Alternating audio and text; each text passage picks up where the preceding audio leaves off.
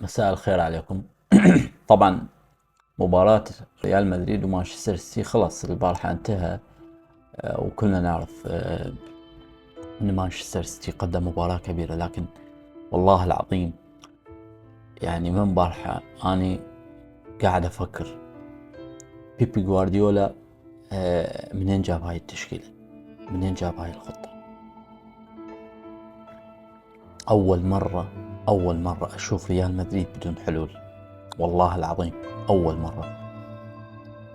بارحة تشكيلة بيب جوارديولا كان فريد من نوعه، تشكيلة خرافية، تشكيلة ما كنت أبد. ريال مدريد أول ربع ساعة ما لزم ولا أي كرة.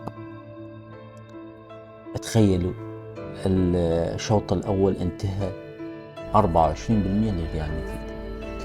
يعني صراحة يعني تشكيلة كارثية. يعني انت مخلي رودري وجون ستونز بالارتكاز حتى يسترجعون كرة، 4 مخليهم بالوسط اللي هم جاك ريليش، جوندوغان، برناردو سيلفا ودي بروين، وقدامهم مخليه هالاند. منين جبت هذا التشكيلة؟ يعني اريد افهم منين جبته. يعني 3-2-4-1 التشكيلة كارثية كارثية. يعني صراحة غير هاي التشكيلة والخطة لازم تدرس. برناردو سيلفا كان جندي المجهول. هذا اللاعب ما حد قدر يتوقع موقعه وين. هذا اللاعب ما حد قدر يلزمه. هذا اللاعب ما حد قدر يراقبه. مرة تشوفه بالدفاع، مرة تشوفه بالوسط، مرة تشوفه بالهجوم، والله بس كان باقي يصير حارس زين. يعني جوارديولا كان متوقع ريال مدريد يراقب دي بروين وهالاند، وصار اللي صار.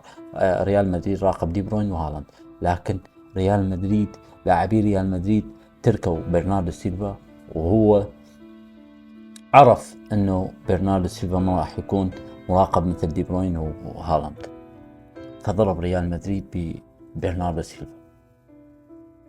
جندي المجهول للمباراة هو كان برناردو سيلفا، واللي دمر دفاع ريال مدريد ووسط ريال مدريد.